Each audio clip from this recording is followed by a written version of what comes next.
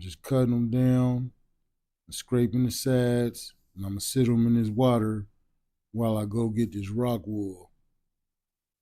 I hope everybody had the best week possible. Here we go. Now this is Rockwool.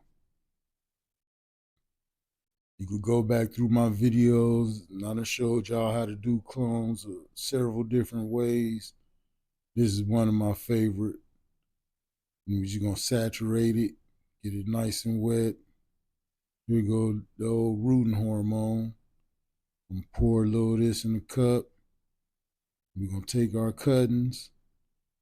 I'm gonna scrape a little bit at the bottom and just go ahead and dip her right on in that rooting hormone.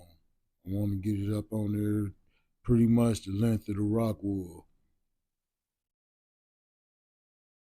I use this wooden skewer to poke it all the way through. And just rinse, repeat from there. Rinse, repeat. Real easy.